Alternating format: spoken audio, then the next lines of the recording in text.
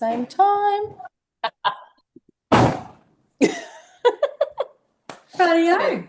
Welcome everyone. This is Team Elevate's Thermomix cooking TM7 with Easter, but obviously you can generally use pretty much all the Thermomix versions and do a little tweak here and there potentially, no matter what model you have.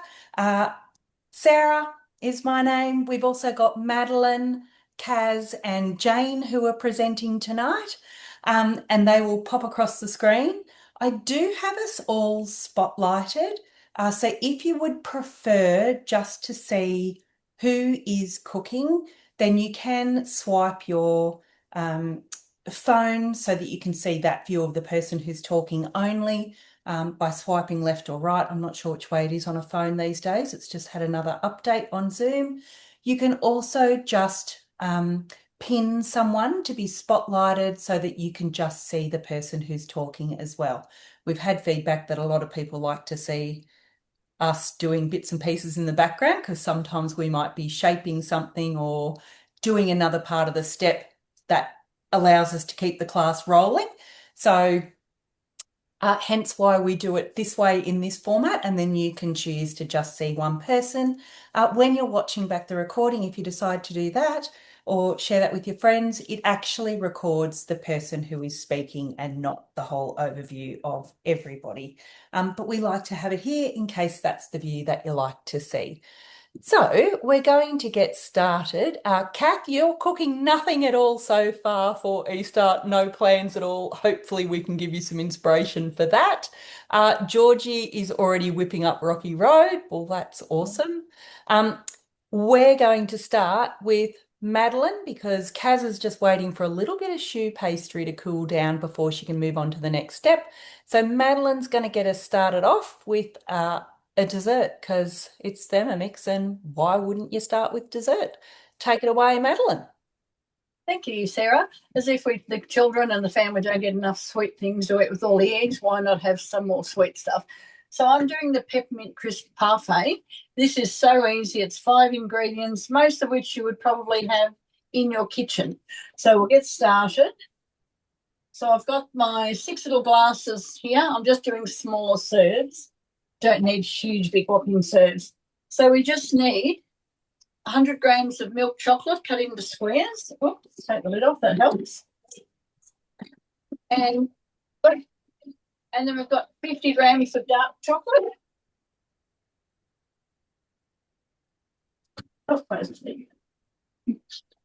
And we're going to grate that 5-second speed 8.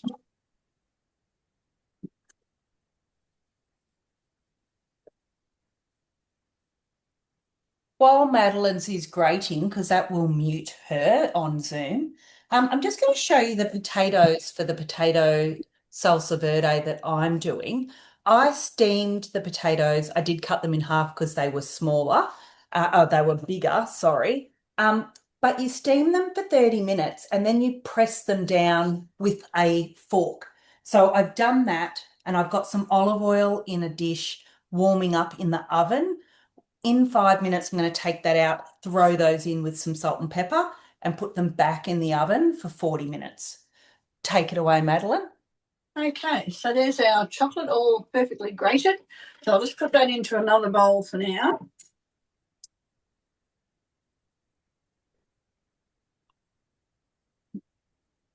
Now, I've already, it asks for digestive biscuits, which I don't really like. So I've got chocolate ripple biscuits just to make it a little bit more chocolatey. So I've just roughly chopped those up. Right. Now I've got to put in my butterfly whisk.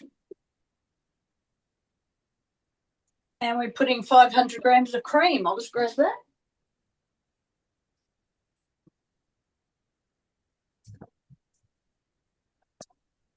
Sorry, I thought I had everything all ready. Okay, 500 grams.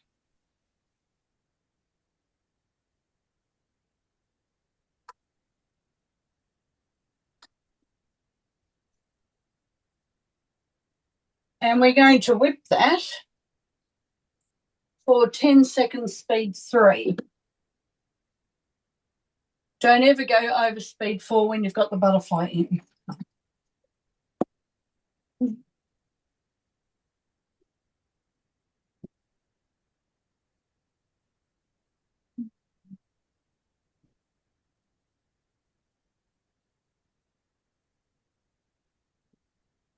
Now, I don't know about you, but I've usually always got one tin of this top and fill caramel in the back of the pantry. So I'll put a tin of that in, 397 grams. Oh, that popped out nice. Right, next. Now we're going to add 100 grams of our grated chocolate.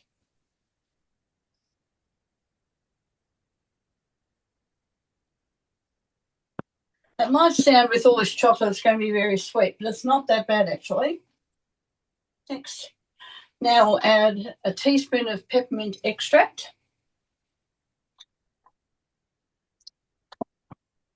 And we're going to whip that again for 15 seconds speed 4.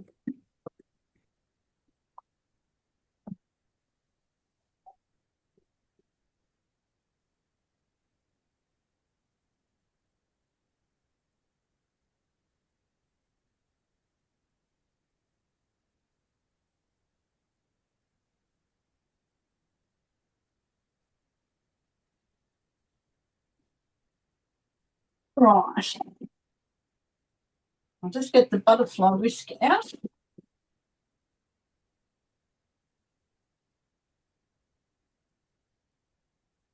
And this is our beautiful filling. So now I've got to put a little bit of the caramel in first. I'm going to use my jam file because I'm notoriously messy dishing up desserts into jars. So I put a little bit of it into each one. We're just going to do different layers.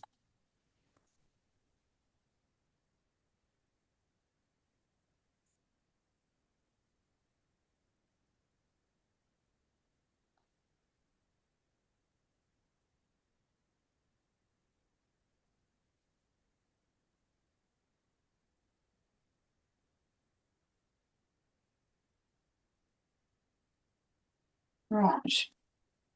Then we'll sprinkle it with a little bit of our biscuit mixture. So it gives a little nice little texture rather than all being creamy.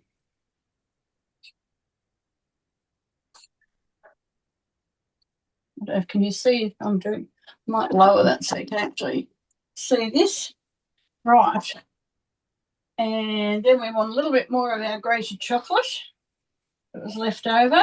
And then we'll layer these again. And then decorate.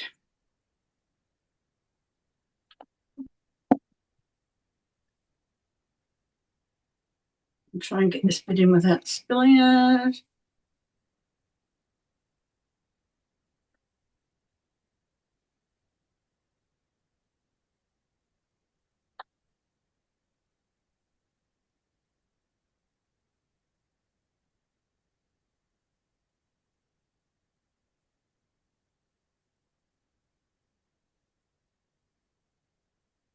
Right. And a little bit more biscuits. I've already made a batch of these, so which I'll show you later. And my grandchildren just seem to know when I'm cooking because they turned up and knocked off 4 of them. So that's the end of those. Now a little bit more chocolate.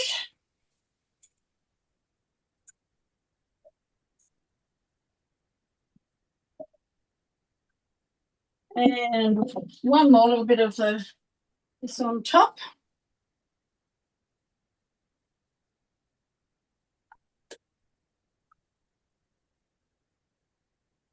I liked your tip, Madeline, to use the jam funnel. It's so It's so handy. easy. Like this doesn't look half as sloppy as it would. Now that it's higher up in the glass, it's not going everywhere. But when you first start, it's always awful. And they look very sloppy. And you want things to look nice and actually enticing and edible. Right. So now we've got our cream. I'll just give that a bit of a shake. And now to decorate it, it just says to leave it like that. But what I'm going to do, I'm just going to put a little bit of this crushed up peppermint grit because it just gives it a bit more colour. So put a little... Blitz that in the thermi, Madeline? I did actually, only for about 3 seconds, speed 3. Because you don't want it to be, I still want these little chunks of chocolate in there as well. Oh, that bitey bits of the peppermint would be nice too. Yeah, they are. And it just makes it a little bit prettier having this green in here. And then because it's Easter, I'll just top it with a nice little Easter egg. Right, put that in there. Now these have to go in the fridge only for 2 hours. So it's really quick and easy dessert. You can see the nice layers on there with the nice peppermint crisp on top. So I'll put those in the fridge and then I'll show you the finished product after it's cooled down later. Thanks, Sarah. Too easy. I'm actually just putting my potatoes into the hot oil that we've warmed up in the oven. And once they're in, you're literally just going to get your tongs and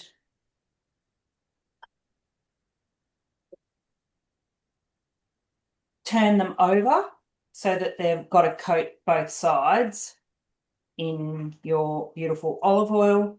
You could also be using duck fat. It's really tasty. I often do our roasts with that. You could be using coconut oil as well. What about some ghee? You could use ghee, absolutely. So I'm just going to put a little bit more Celtic salt and some pepper on top of that. So that's currently what they look like. I'm just going to put those into the oven. Kaz, if you want to move on. Yes, I can absolutely do that. I've been trying to figure out how to get gallery view, and I've just seen up the top of my screen, update my browser to see gallery view. So hopefully you can see me. If you can't, let me know and I'll tilt my screen because I cannot see a mirror version of myself. So I've just had the timer going for my 10 minutes of cooling time for the first part of the choux pastry. So this is basically, and I'll swipe back up to read through the recipe, but all I did was, what have we got here? We've got 250 grams of water, 130 grams of unsalted butter, 2 pinches of sea salt, and 3 teaspoons of sugar, and that cooked away at 100 degrees for 5 minutes, speed 1. And then we just mixed in that flour. So there was 200 grams of plain flour for 20 seconds, speed 4. So then that's just been cooling for 10 minutes. But you can easily just leave it for however long you want. Or if you do want that reminder to come back to, you can set that timer by swiping down on your screen. So we're now going to add our eggs to this. Now, it does say 5 medium eggs. I have some quite large eggs, so I'm going to do 4, and you can always add more if you want later. But when you're making choux pastry, you don't want that too wet, so it's a good tip to leave one out, and then you can add it in, depending on how big your eggs are. But it does say 5 medium eggs. Adding in to there. I'm going to add 4 because they are quite large eggs. And then if I need to, we can add an extra one. So we are just blending that for a minute. And if you can hear me still, can you hear me, Sarah? So I've just got a large cup, and just turning your piping bag upside down into the large cup is a great way to keep it standing up while you fill it with your mixture. You can pop a piping tip on. You can also just use a bag, like a freezer bag, and just cut the corner off as well if you don't have your own piping bags.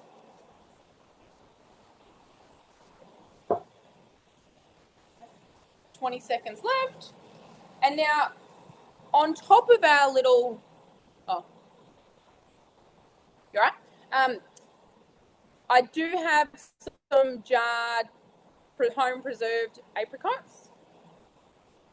However, my preserved apricots are a bit misshapen because they're just off the tree and often they're quite ripe. So I do have some tinned apricots for this, but on top they are going to look like the yolk of your egg.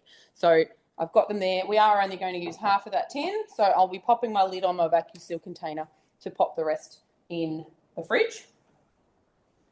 So that is our mixture there, and to me, that looks perfect piping consistency. So I am going to leave that last egg out, which I hadn't cracked. So what I'm now going to do, and if you do follow on the screen, there's 10 discs we're going to pipe out, and I will try and do it and get the camera in the right spot, but we're just going to pipe out some discs, and then we're actually going to pipe out an extra ring around the outside, which is going to hold in our filling. So I will pipe away here so you can hopefully see, and actually first, then once I've piped it out, I'll pop them in the oven.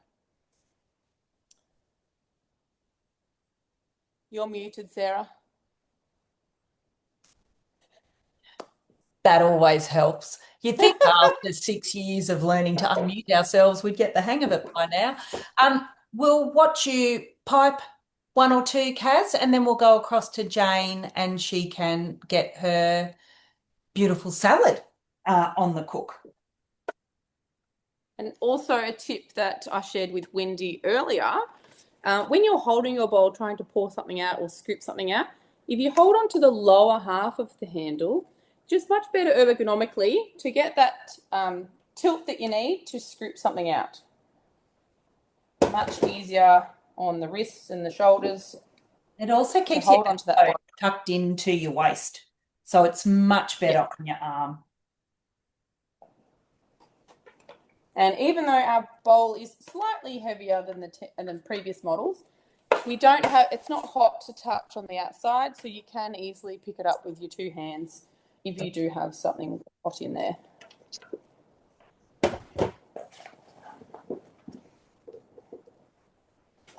Keep scooping away. Now the pressure's on if you're going to be watching me while I pipe.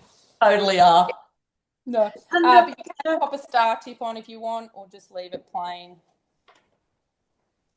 If you don't own a piping bag nozzle set, please just put your choux pastry or whatever it is you're piping into a snap lock bag, snip the tip off to the width of what you would like to come out, and absolutely go from there. You don't need to own a piping bag to pipe things.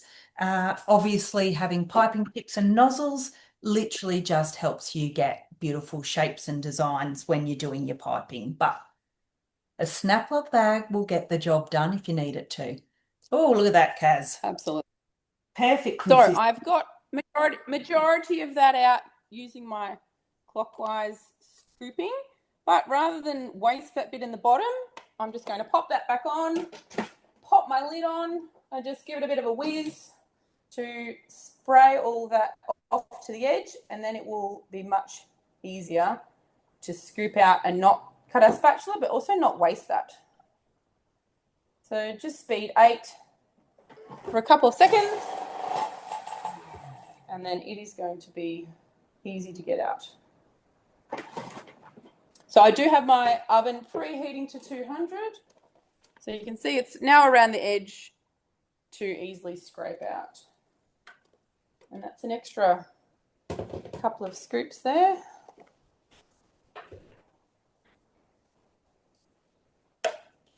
And while these are in the oven, I'll pop my Thermomix on pre-clean. On universal should do the job for this one. And then that way I'm ready, it'll be clean to do the mixture for the filling when it's cooled down.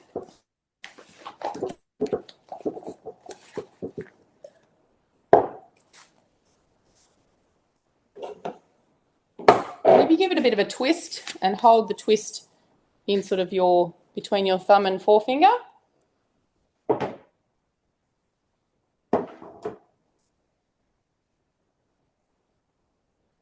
If you need me to tilt my camera down, just let me know. Just a little bit, Kaz. We can see your hands, but not the... Just a little bit. You don't need to see my head. How's that? That's better.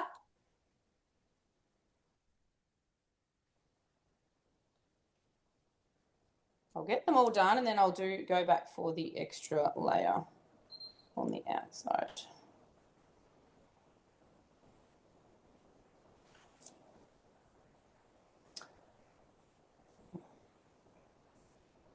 Caris, can I get started while we can see you piping as well? Is that all right? Sounds great. Thank you, Jane. Awesome.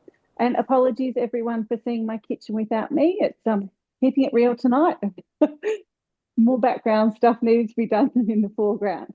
I have picked this recipe because it's a new one for me and I thought it sounded delicious. So I am going to go through the Middle Eastern salmon with a tahini and yogurt dressing. I have started it already just to save me doing my bowls. So I've actually made the tahini yogurt that you can kind of see here, which has a garlic clove in, some sea salt, some Greek yogurt that I had made in my Thermomix previously just to save me a little bit extra money, and some tahini and some lemon juice. That's all just blitzed up. Please remember when you're getting that last bit out so you get all the tasty bits, just to put it on turbo to get that last flick of the ingredients out from your blades and get that for your bowl. So we've done our tahini dressing and we are going to crack on with the rest of this salad. Just making sure that I did want to start it from part way down. So this is kind of like a walnut crumb. So I've got 80 grams of walnuts here.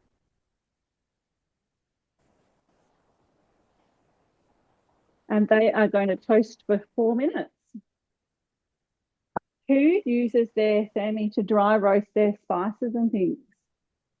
It's a really good way to, again, buy some whole spices and dry roast them and then mill them down. It saves you a bit of money. You can see Kat in the background. Can I bring my buns out at the same time, Sarah, while this is cooking, or am I jumping the gun? Bringing out buns for which? While my 4 minutes is cooking, can I shape my bun? Absolutely, you can shape your bun. Great. Because I'm not sure how else we're going to We're shape. all for multitasking here. We're trying to squeeze a lot into a little bit of time.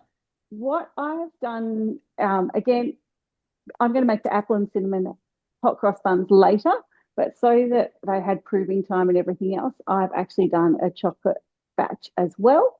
So I'm just going to show you the end phases with the chocolate.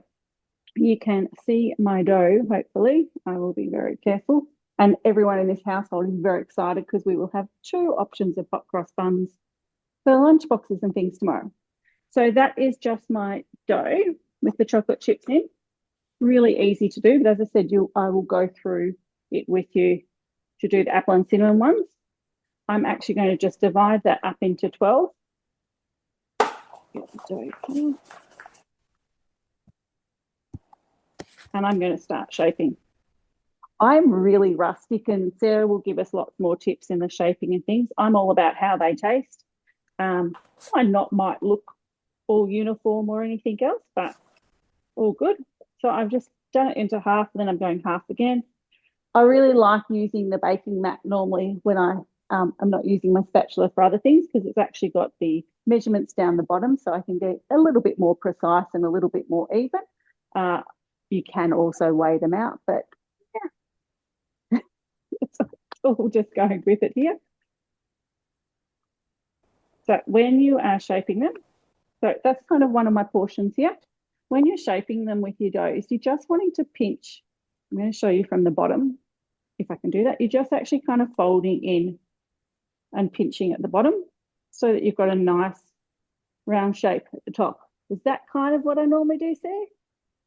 Yep, so you grab them, like literally put your roll in your hand, pinch and pull, pinch and pull, pinch and pull. So you get a lovely smooth top and you get a little pinched bottom underneath, and then that sits down on the mat.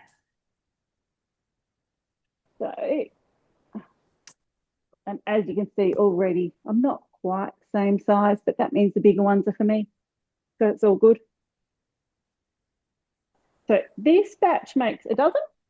So unlike at the supermarket where you get half dozens, and I think from the supermarket where they're probably cheapest as opposed to some of the other bakeries and things, you are paying around over $4, maybe around $4.50.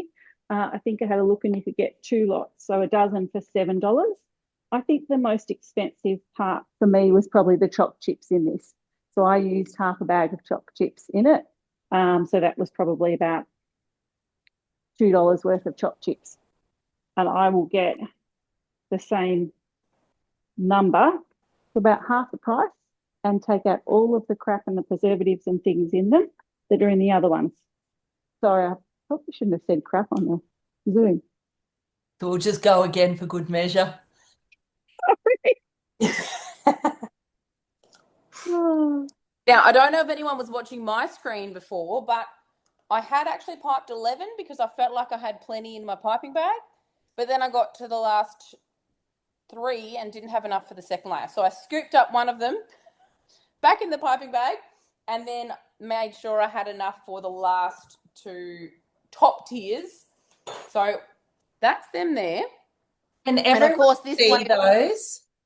See how there's a nice little second layer, so you've got a little nest essentially. You can do Easter egg meringues like this as well. So you do a flat pipe and then you do an extra pipe on the top to give you that little shoulder so you can put your filling in the middle. Can everyone see that?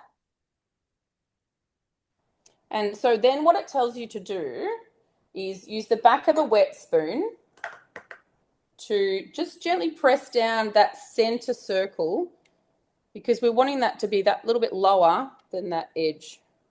So just using the back of the circle. And then you can also wet your finger and just dab down any of those sort of bits that flick up. My screen keeps going quiet. So then any of those little, and same when you're making profiteroles, you dab your finger in some water and you can just sort of wet down those bits that have sort of flicked up. And of course, this is the last one that I did with the last in the piping bag, so it looks a bit sad. But yeah, you just go around all of those, press down the centers and tuck in the little flick bits. And so I'll finish doing those other couple and then they'll go into the oven at 200 for 15 to 20 minutes. So I'll finish those and get them in. Okay, our walnuts are done here. So I've dry roasted them, then they've just chopped for about 4 seconds, 2 seconds on speed 4. If you want them chopped more, then feel free to repeat that step. But I just need to put them back into a bowl.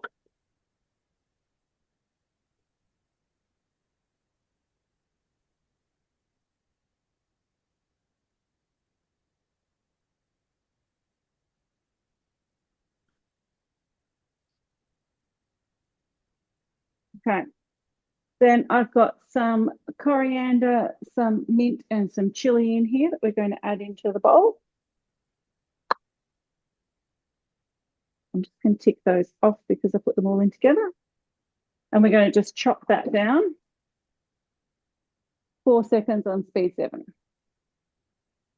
I have been trying to put the links in the chat. I'll get back to putting them in when I have up to another step. So beautiful, fresh, fast, all chopped up there. It smells so good. Just going to scrape that down.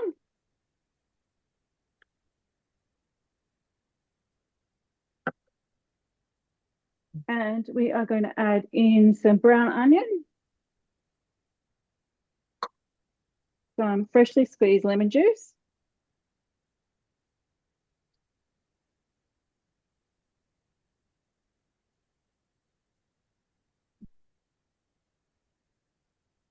some sumac spice,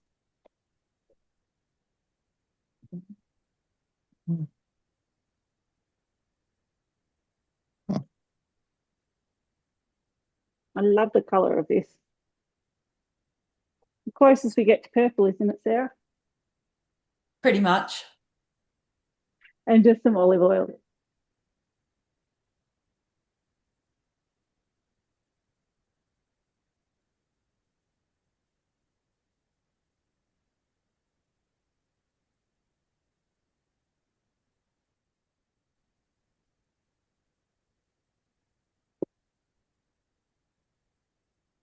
that is going to, again, blend that up.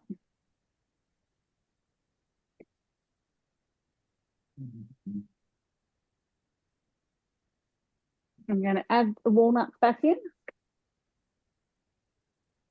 Oh, sorry, I should have shown you a picture, but blend it up. It's probably not the nicest, but smells great. Walnuts are back in. And a little bit more salt and pepper.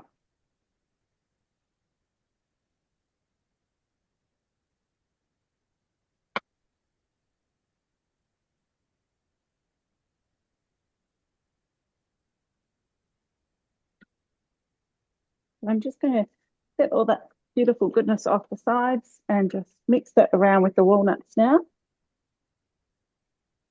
And that is our walnut crumb.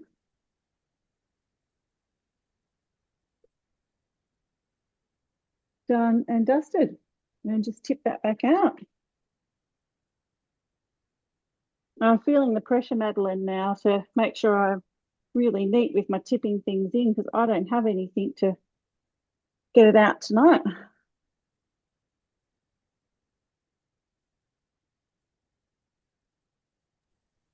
Beauty of yours, Jane, is it's just all being tossed together in a beautiful salad at the end, so yep. Makes it a little bit easier. The throwing together is my forte. As is most of ours. Give it a toss was one of my favourite If you wanted to make this nut-free for any of your guests or any dietary requirements you have in your household, then I would just replace the walnuts with some pepitas and some sunflower seeds, just so that you've got that really nice, still nutty texture, but it's obviously safe for others to eat. Okay, that's into our next bowl. I am just going to grab some water to start doing the couscous and things. Sorry, I'm just going back off screen again. So I'll let someone jump in while I do that. That's all right. Well, I might take over and do the salsa verde to go on top of the potatoes for when they come out of the oven. So this recipe is called a crispy smashed Jersey Royals, which is obviously a type of potato, but I've just used what Aldi sell us, so to make it nice and easy. So we've obviously steamed our potatoes, we've then flattened them down, salt and peppered them, popped them into the oven in our warm oil, and now we're up to making the verde. So it is a bunch of parsley with your leaves only. It is then a bunch of mint, the same, just with your leaves. It is a teaspoon of pickled capers, it's a garlic clove, and your lemon peel. So just that in there. Then we go next, and we're going to give this a chop just for 5 seconds on speed 5.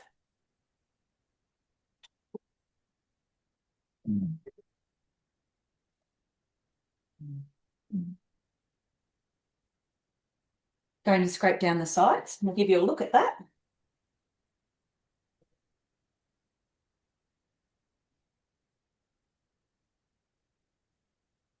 So that's what we've got going on at the minute. And then we're going to put our lid on and we're just going to go again.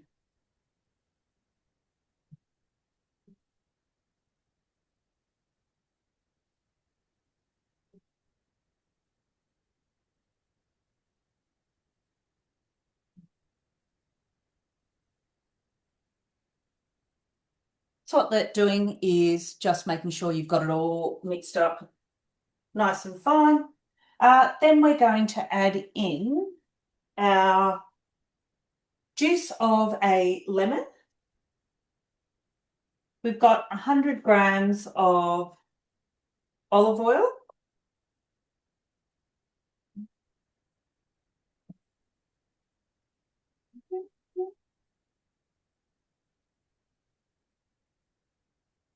Which you wouldn't think it in today's economy, but olive oil's cheaper than fuel. So maybe I should start putting this in the car. We have got a teaspoon of some salted salt, you can use whatever salt you like, and a teaspoon of caster sugar in there. Has everyone noticed on their TM7, if that's what you're using, chuck in the chat what Thermomix model you have, but it will automatically tick off your ingredients for you as you go along. So we're going to blend this for 7 seconds.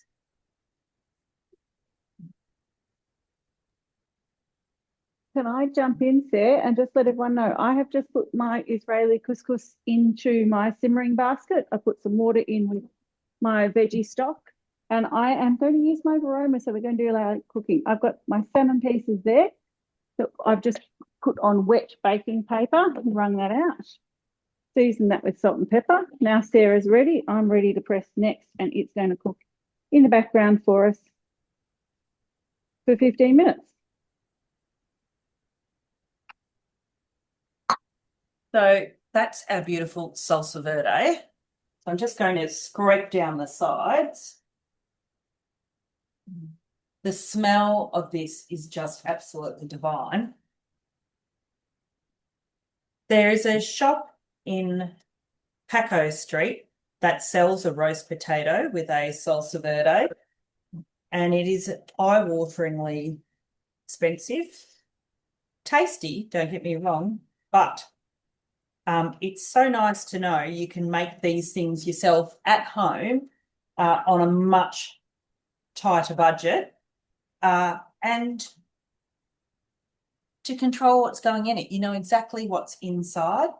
So that's your bowl. I'm just going to give that a quick little 2-second wash.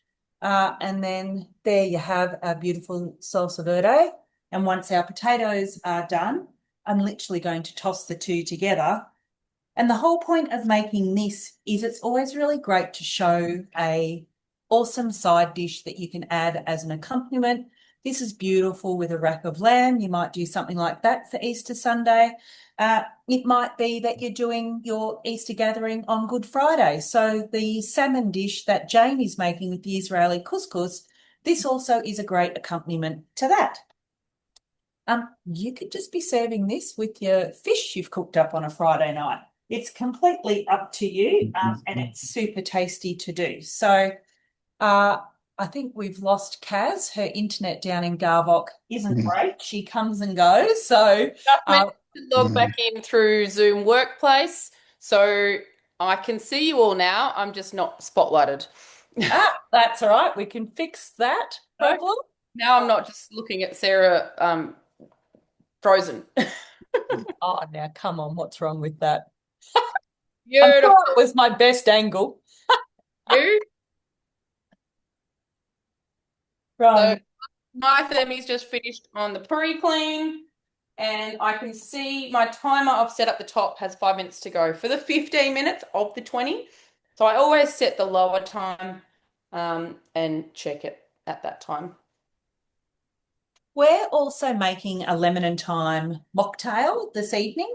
So, of course, it's friendly for everyone to have some of, but part of that recipe actually has you making a syrup first. So that's what I have going in the background. We've got thyme, sugar, water, and fresh lemon juice over there. That's cooking, and then that needs to cool. That's just going to get shoved in a jar, put into the fridge, and we'll just hope for the best. Because that's what you do when you don't have oodles of time before you run these things. But that is something that you can do. You could also put it into your deep freeze or your freezer to try and chill it down a little bit quicker as well. But we've got that going in the background as well. How are you going over there, Jane? You up to piping yet? Perfect timing. Did you just see me shape the last one? So they're my hot cross buns. Again, if you have people in your household that don't love the cross part of it, I understand that's for different reasons for Easter, but sometimes they don't like them. Feel free to leave it off. I have done the Ziploc bag tonight just to save me another dish to wash because I like to have less dishes, which is why I use my thermi so well. I am going to snip off the edge there. And we are going to put the crosses over the top. And I find with doing the crosses, snip less than you think. Yes. I was just thinking after I snipped it, oh, let's see how much is going to come out and whether they're going to be really artistic or because it's not feeling very thick with the warmth of my house at the moment with the oven on. Yeah, we're pretty runny. So I do tend to just keep going over my row.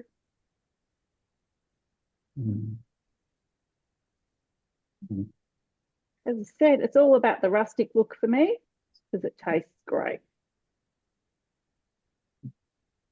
And if someone gets upset and doesn't want to eat it because they don't look perfect, then more for me.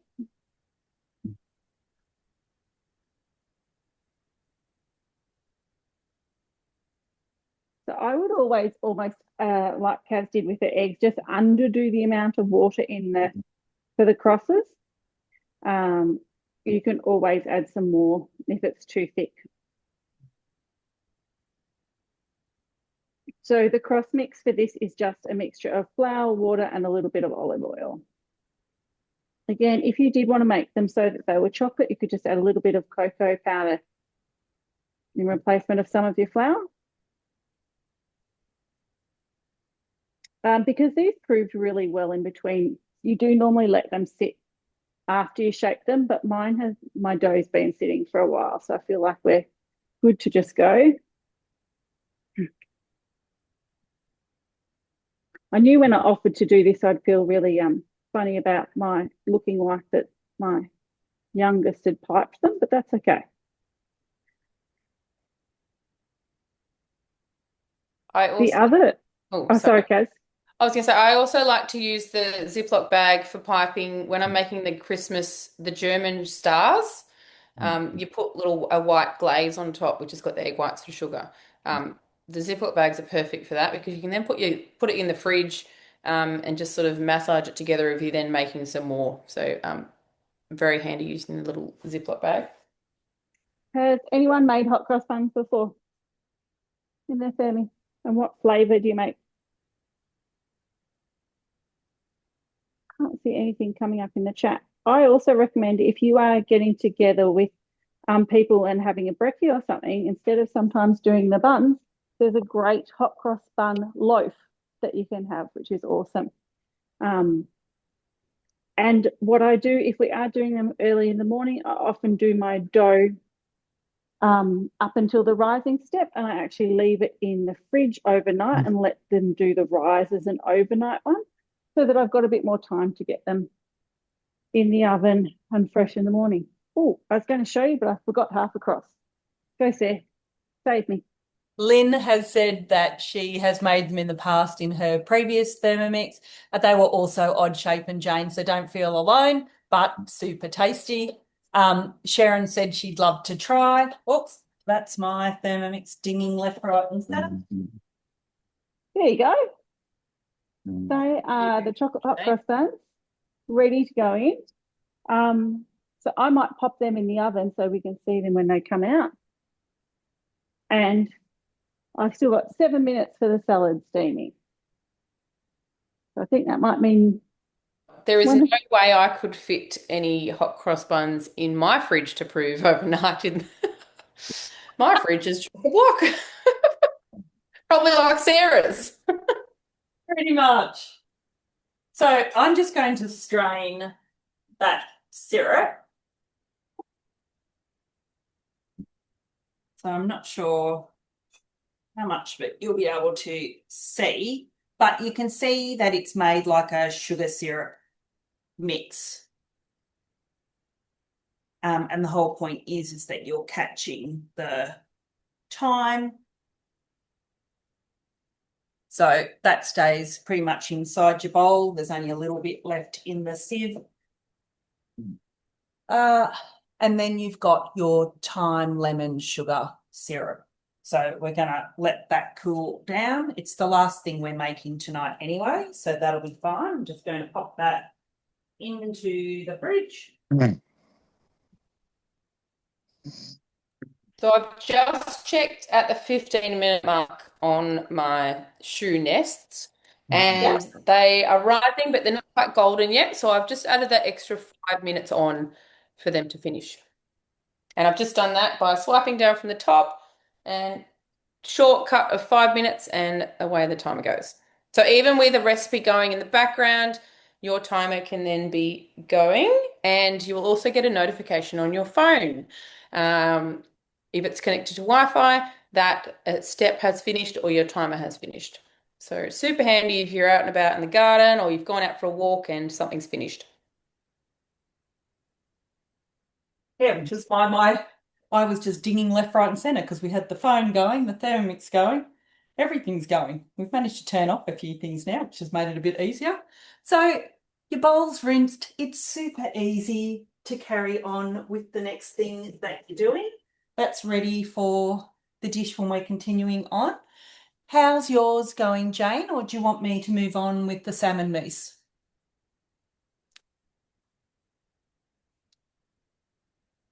Keep going. Sorry, I was trying to put the things from Cookie Do, so I was on a different screen. I still have 5 minutes of steaming with my salad to go. So yes, crack on. I've got 5 minutes to make a mousse then. Let's get started. No puns intended. So I have got a quarter of a red onion and I have got the fronds of some dill. It's just for sprigs. We've got next. We're going to give that a quick chop for just 3 seconds on speed 7.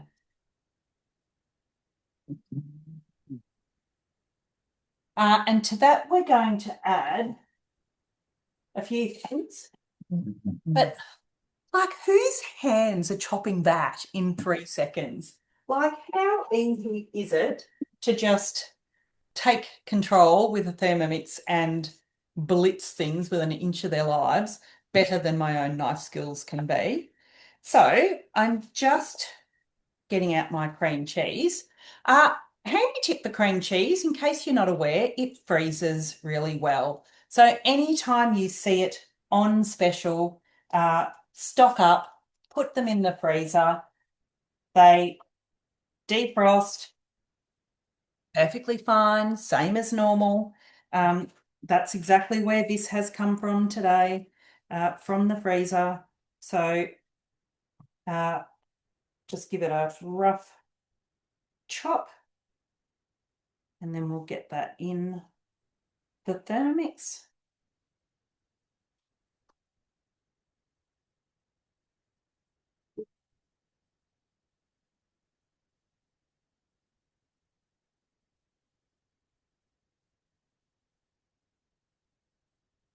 Right, that one is in. Now, we have also got 120 grams of pouring cream.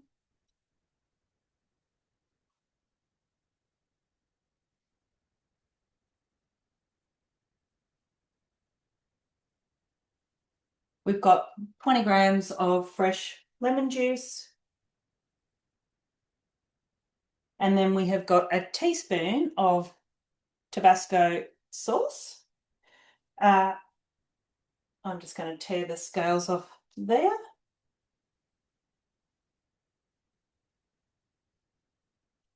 Everyone knows a teaspoon is around 5 grams. You could obviously add more if you want it a little bit spicier or not. You could also leave it out if you don't like that at all.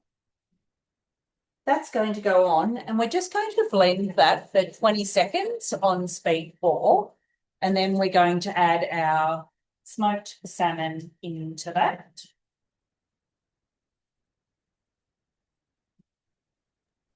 While you're doing that, Sarah, Yeah. I'm going to do my next step, which isn't very exciting, if that's all right. Yeah, you can go on. So I'm getting those out to cool, but we're going to whip some cream. The recipe says double cream, but we're whipping it anyway. So I just bought ordinary thickened cream from the supermarket. So you can use whatever cream you like because we are whipping it. Now, cannot locate my TM7 butterfly, but thankfully I've got a TM6 one. However, I do love the fact that the TM7 butterfly, you don't have to be specific about the way you pop it in. So with the TM7 butterfly, you can go left or right of your high blade and not worry about it coming off. So, but my TM6 is going to the left of the highest blade. And then we're adding in 200 grams of cream. And unfortunately, no two bottles of cream will whip to the same whipness. What's the word? Consistency. Consistency in the same amount of time. So we are going to be watching this to make sure we aren't making butter. But yeah, that's about it. I'm just going to whip this until we get some nice stiffened peaks. I do love that even with the insulated bowl on the TM7, you can still hear when your cream is whipped.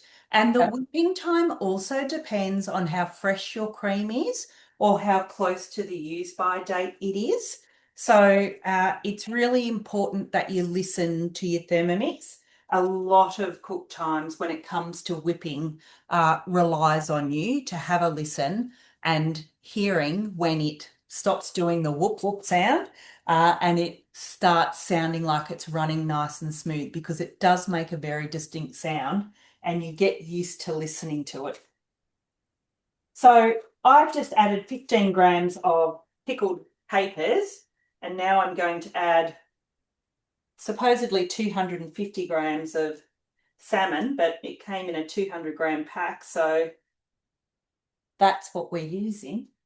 That's in. And now we're going to use the turbo for this. So it's just 2 lots, 2-second lots at 3 spins. So your Thermomix tells you that it's 1 spin, and then it waits, and then it goes again, and it waits, and then it goes again. Go, Kaz. So sometimes it has taken 10 minutes to get butter, but this was 30 seconds. And it's obviously 200 grams. So I was like, oh, hang on, I better have a look. So yeah, that's our cream, which I'm now going to set aside while we mix together the last ingredients. But I did listen out for my buzzer. I've got to leave those shoes in for another couple of minutes because I like them a little bit more golden, and then they're just about ready. Can I jump in while you're doing that, Kaz? Sure. The salmon is, just remember when you're using your varoma that your lid is also your tray, so it doesn't drip on you. So it's just got us to take that salmon off that's been steaming. I'm not going to tilt it too much because I'll end up with some of the juices on the floor. Remember to always use the little hook part of your spatula to get your simmering basket out. I know I didn't show everyone before when I put it in, but you can lock your simmering basket in place in one of the triangle rivets in your bowl. I'm always really awkward doing this, sorry, with my TM7 spatula. It's a slightly different angle and my muscle memory hasn't got used to it yet. So I'm going to just put the couscous into a serving dish now. You tell I'm running out of a bit of bench space here, even though it's nice and small, the TM7. This is supposed to serve 4, can I just say, before you start seeing the amounts that come out here. I'm a household of 6, and it will probably feed us quite well. With hopefully some leftovers. So that's that beautiful Israeli pearl couscous. Steaming so much, probably hard to see, but they just come out in those little pearl shapes, so the little balls. And I'm just going to put over the rest of the lemon juice.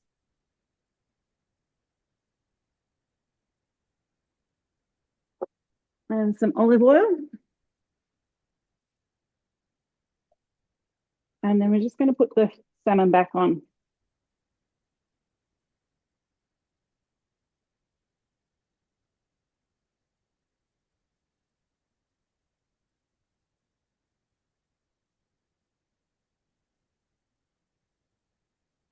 Can always check and just, if your salmon is done, I think mine's going to just need that little bit more. You don't have to do this step and obviously cook some more. So I'm just going to jump on here before I put this down behind me. So that is our nests there. And I'm just going to use the back of the spoon again to push down that center circle just to give us that space to add in our filling. So you can see how much they've risen. Now they have just slid in on the tray. So I'm just going to let them cool completely before we do add our topping on. And I'm over here getting out our salmon, just so that you can see just how much that makes. So that's the big 1.3 litre dish. So it does make a considerable amount of the salmon mousse. And I'm going to top that onto some Turkish bread that I've got here in a second, but I'm just going to pop some water in that to give that one a wash. But I have rescued out our beautiful potatoes. So I'm going to dress those shortly. But we'll get a little bit of this onto our Turkish breads for you. So you can see what these look like. And of course, you could be popping this onto crackers. You could be making little Bellini pancakes and then popping on your salmon. Just depends what it is you would like to serve them on, how generous you'd like to be with your toppings and your serving sizes. Are you wanting something to go to a high tea? Are you putting them on, a beautiful layered tray? So it just depends what you're putting them on as to what you might go with. A little bit more dill to pop on the top.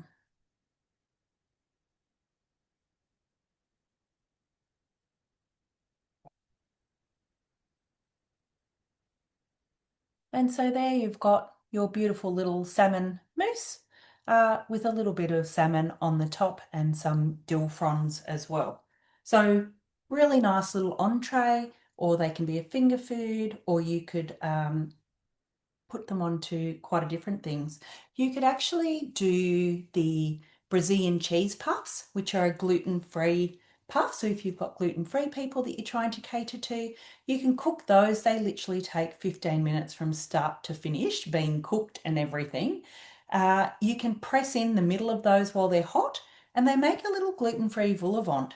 This piped into those when they're cool is also a really tasty treat and an easy way to serve them gluten-free if you're wanting something quick and easy to serve as a gluten-free dish. So hopefully that gives you a few little pointers. We are going to put another recipe into the chat as well tonight. I'm not sure leftover hot cross buns are a thing, but you may have them in your household, or it may be that, like me, you love them when they're fresh and they're not so much the next day. So we're going to pop another recipe in that allows you to use up those unloved hot cross buns, because I don't think they go stale in anybody's house. I don't even think that's a thing. But it allows you to cook them and make like a mocha fruit loafy bake, so to speak. So another really tasty treat that you can do. You may just make your hot cross buns and then just keep them hidden in a cupboard so you can make this, because that's another option as well. How are you going over there, Jane? I am. So I have just added to our couscous in our salad bowl some cherry tomatoes, which we've halved, and half a cucumber that's been sliced up. And our salmon is ready. Come off. Not loving my bench space, but other than that, I know that there was nothing in the bottom of my Varoma tonight, but I do tend to cook my protein up the top just because it aerates more. And you will have noticed that the Varoma for the TM7 is much larger. So I'm now just going to plate my salmon up over the top of my couscous and then get that beautiful tahini yogurt dressing over the top of that as well. So this part is done from the salad. I'm going to then quickly wash my bowl while you see the next step with someone else, so I can crack on with the other hot cross buns that you can actually see me make the dough from scratch. So would you call that a bit of bread and butter pudding with the hot cross buns. Yeah. Yeah. So I've finished off doing my pushing in the centers, and I've also got them on a wire rack to cool down. So while they're cooling, I'm just going to finish making the filling. Now, it does say sour cream, but I actually don't know the last time I bought sour cream.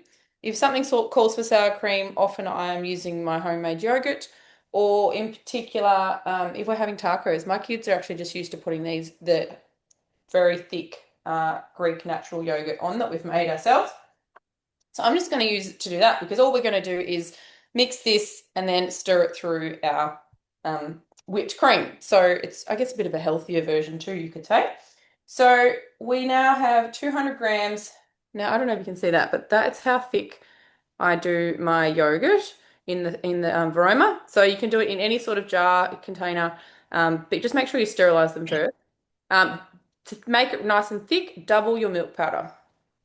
So 200 grams in there.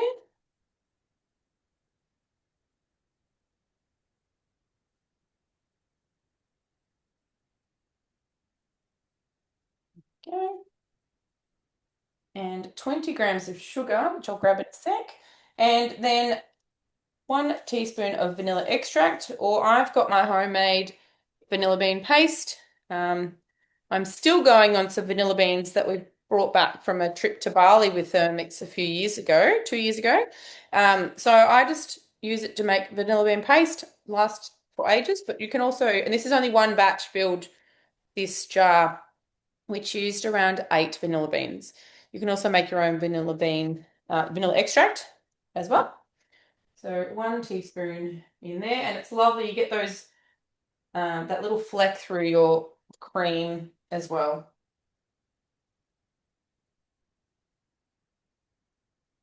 Good. Don't know where my container of sugar's gone, but I've just opened a bag anyway. 20 grams. Ooh, this is a bit of a gamble. And it's just going to mix that together. You could always leave the sugar out if you wish. And just mix that together for 20 seconds, speed 4. And then I'm going to pop that in my bowl with my cream to just fold together, so we do get that nice consistency. So that's all from me for now.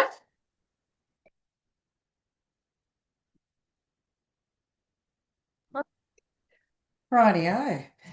Well, I might just move on and show you the good old lemonade. Madeline, how's yours? Is yours all set and ready to show first up? We might do that.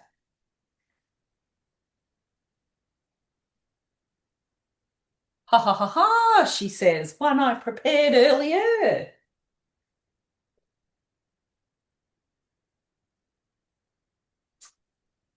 You might need to unmute yourself, Madeline.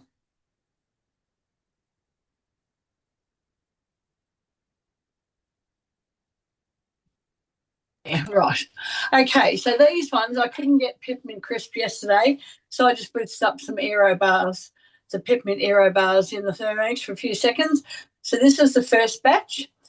There's only 2 left. As I said, my grandchildren seem to know when I'm cooking. They turned up and 4 went missing. So I think it looks pretty, just with a little Easter egg in the top and some aero bar. And the second lot, which are in the fridge, they have the peppermint crisp, and they look even nicer because they're nice, sparkly, crispy peppermint crisp on the top. And I've tasted them and they're really nice. And just with those layers, it's not all like a mousse where it's all cream. You get those nice little layers of textures with the chocolate ripple biscuits in them. So you've got the texture there, Madeline. Yes. I like the layers, actually. They always come up, anything like that. There's another beautiful recipe, cheesecakes in jars. If I you love that one. those, yep. Madeline, Kaz, we're all nodding. We all love it. They're a fabulous recipe that makes 8 desserts in your Varoma as well. They're a really good one. So we're going to crack on. I have got roughly 500 grams of lemons here. We've just quartered them. And then we want 500 grams of sparkling water.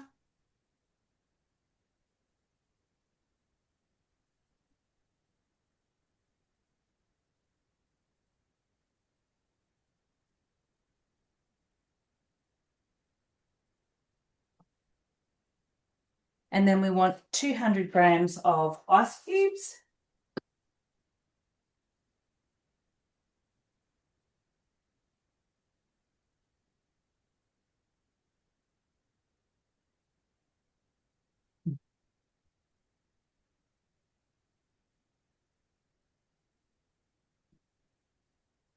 And then we're going to blend this for 15 seconds on speed 9.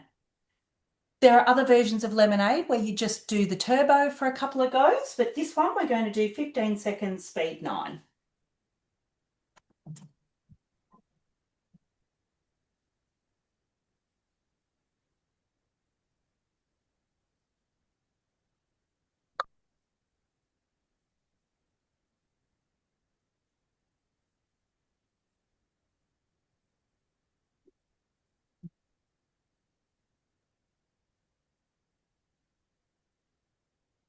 I have just popped my cream in the fridge as my little nests aren't completely cool yet. So I've just set it in there.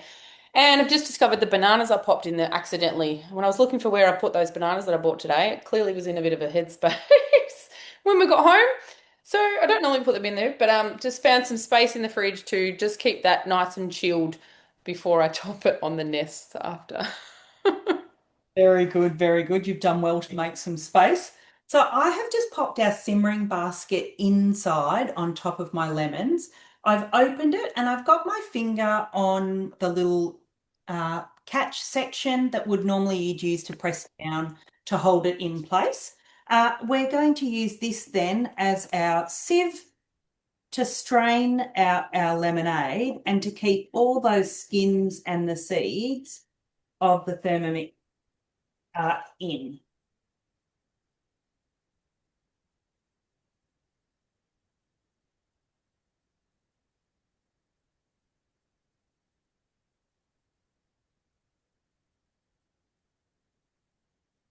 I love this version of making lemonade like this. My kids don't because they love actually juicing the lemons, but I just love how you can make such a large amount of lemonade from just a few lemons. So And amazing. And it blows everyone's mind.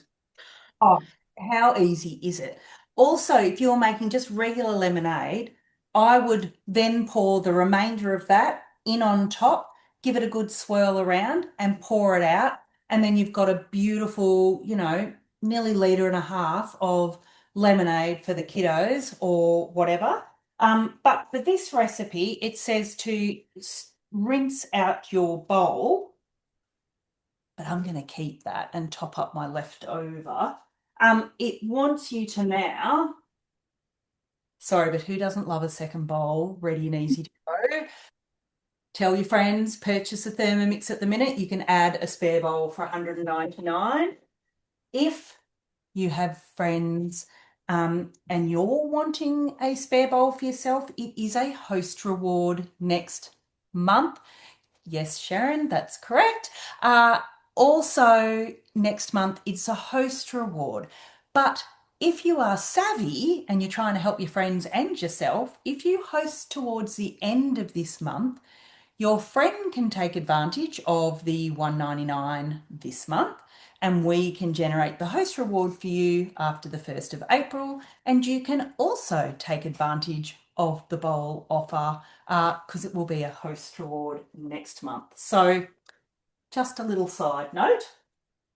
If you've already got all the bits and pieces you want, you can also get yourself cutters, spare thermoservers. It's a new reinvented design. I'm sure yours is handy, Kaz. Mine is definitely not. It's in the boot from the demo I did earlier today. You could show the little Barbie pool we've got going on, but I'm trying to jump in, but she can't see that I'm jumping in. So, as Sarah said, it's the new design one. I did put it on the bench because I thought I'd have to do that while I was cooking.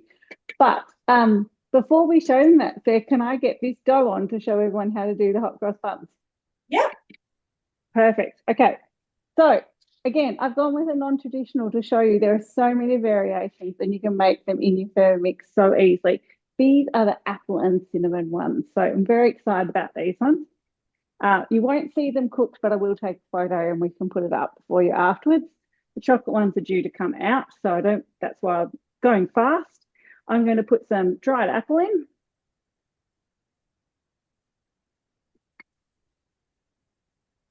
And it's just going to chop that up. So it's just going to use the turbo. And I love that these are all, I love these on Cookie Do because I can just go through really easily when you've had a night like tonight. I'm not going to actually miss the steps. I don't have to get my glasses or anything else out.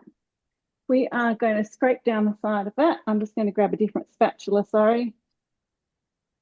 I've just added 150 grams of our thyme sugar syrup to our lemonade mixture that we've made. I've added some apple cider vinegar and I'm going to add some honey and we're going to mix that up. Keep going, Jane. Oh, I am.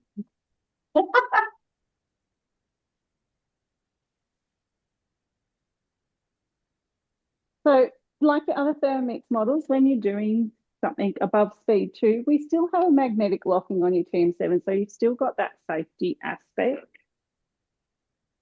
of your bowl. So that's all chopped up. I'm just going to tip that back into the bowl though in. With the flexibility of being able to take your lid off while it's cooking otherwise. How handy is that? Do love that feature of the TM7.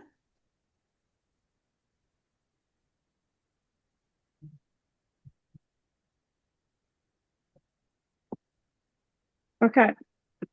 This is what I love about the Thermomix. So I don't have to use all the bits of mixed peel. I'm just using some of our orange peel that I've done just with a grater and the zest.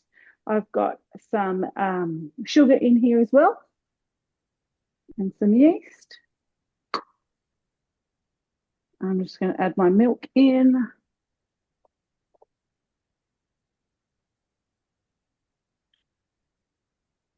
And when I've gone rogue and haven't gone in order, I can still just tick things off myself.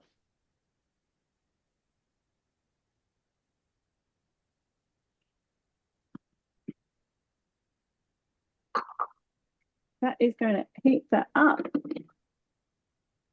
And I'm going to just quickly grab those other ones out of the oven if that's all right.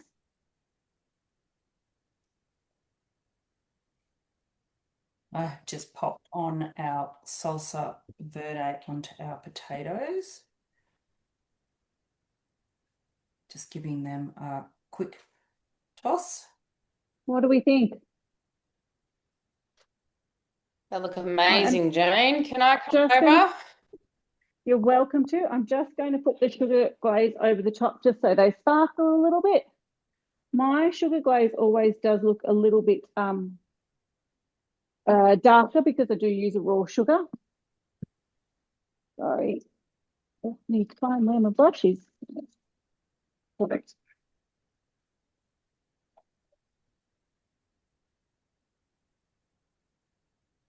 We have a bit of a tradition. We do the Good Friday peel with a great family friend of ours. And so my tradition before we go and rattle the tins is to always bring a fresh loaf batch of hot cross buns down to all the tin rattlers. So if you're coming through on Good Friday near the Geelong Hospital, you might be able to give us a bit of a donation and get a hot cross bun from the boot of the car. Nothing sounds more appealing than a hot cross bun from the boot of a car.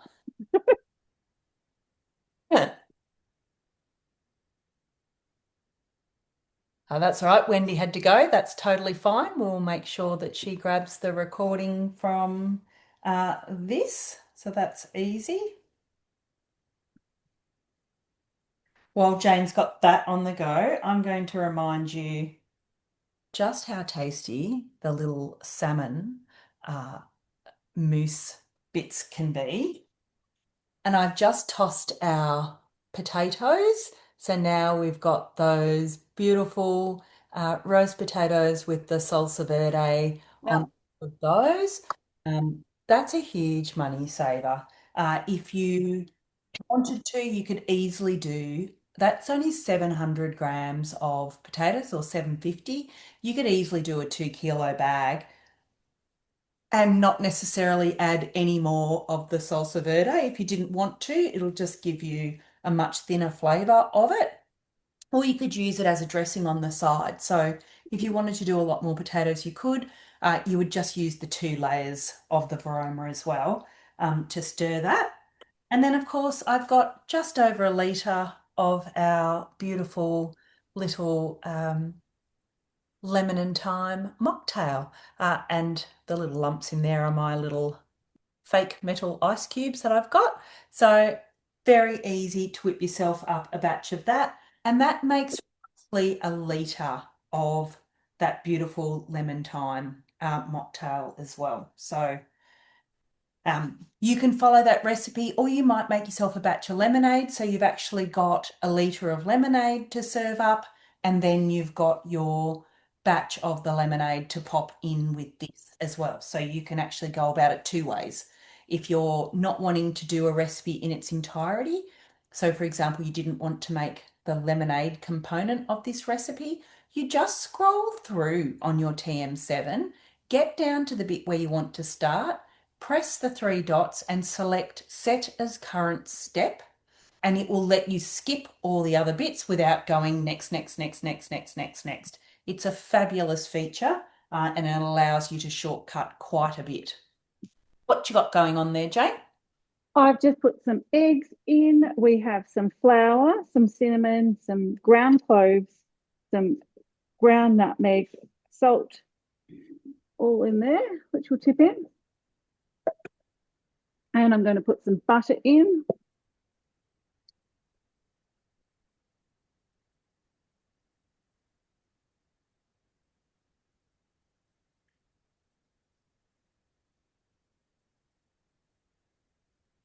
And that is going to mix that all up there. The heating side that we did in that first step is just to help activate our yeast. So I really like that when it does it for you. So you're not having to actually worry about what temperature your water is or your liquid is. The Thermomix will actually do that for you. So you don't overheat and actually kill your yeast. You actually look after it as your starter. That is just about done and mixed all in. Sorry, I should wait.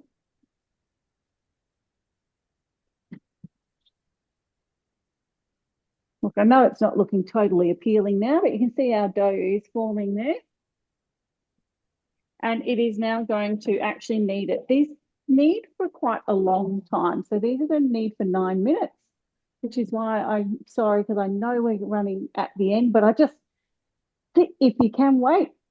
If not, the others will keep going through and showing you what they're finished off. This is our last step before it actually proofs.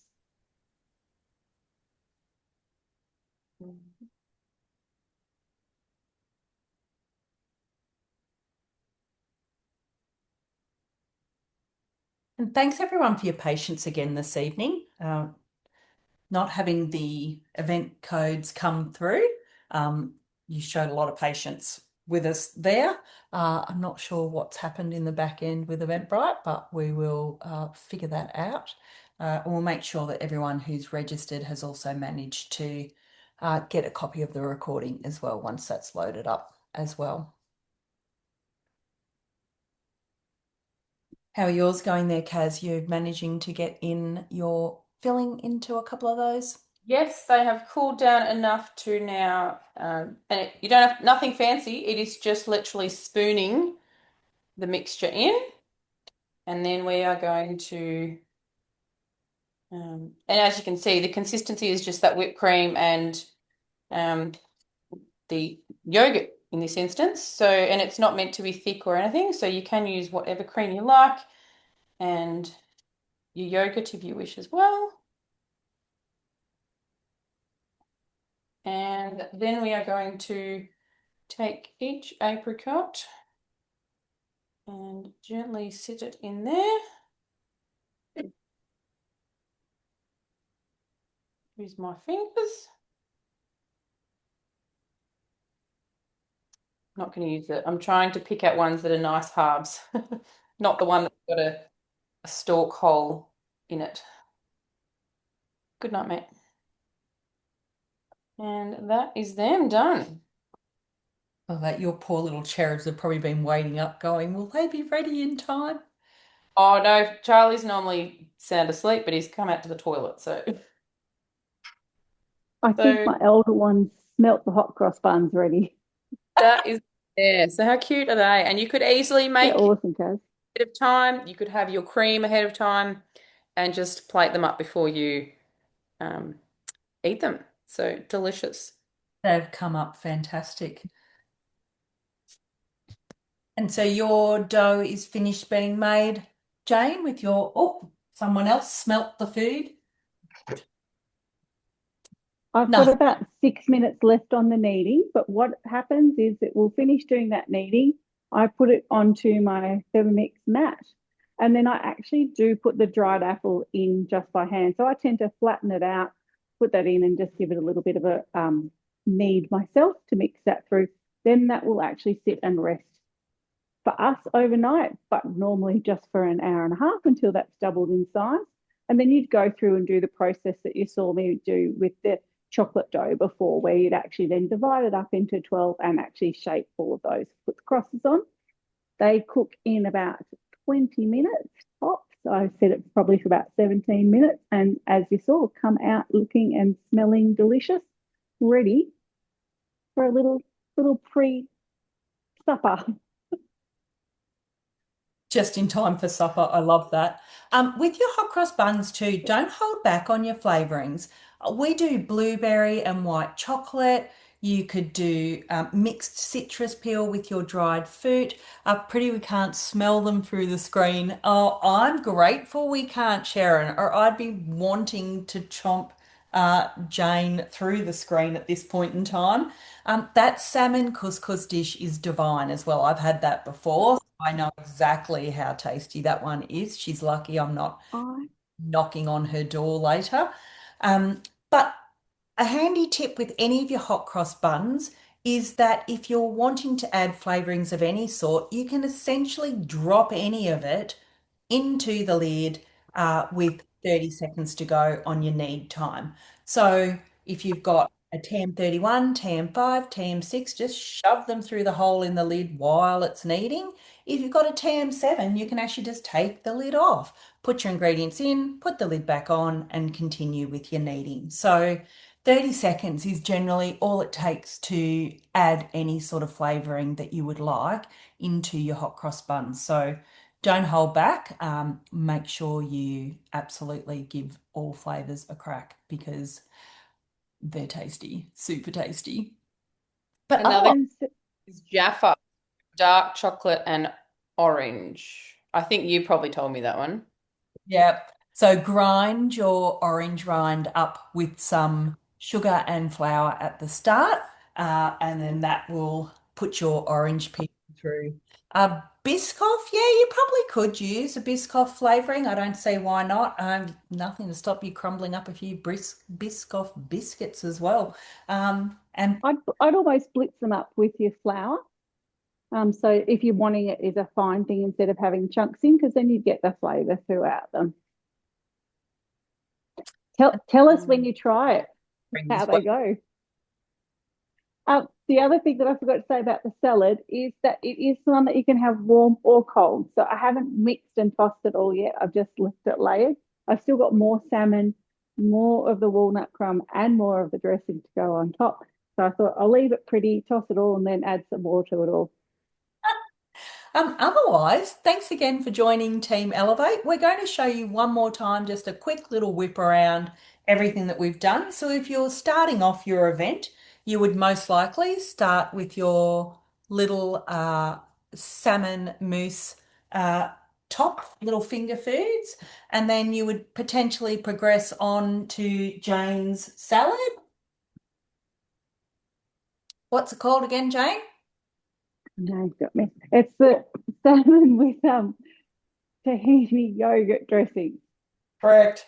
And then you would serve it up with your roast potatoes with your salsa verde. That would be on the go. And then, of course, your tummy's already full, but why are we stopping there? We're rolling straight into dessert. God, they look so good, Kaz. Madeline, how good's the aero bar look on the top of that too? Oh, Nothing. buns, I can't believe I'd already forgotten about those. I nearly did too. And then you're going to wash it all down with your beautiful, healthy lemon and thyme mocktail, which you potentially would add a little bit of gin to, just saying, but maybe not saying. Otherwise, if you've got any questions, we would love to hear them. But I'm going to stop the recording there, and then you can ask away with anything you want. Thanks for joining Team Elevate to have a little bit of Easter inspiration.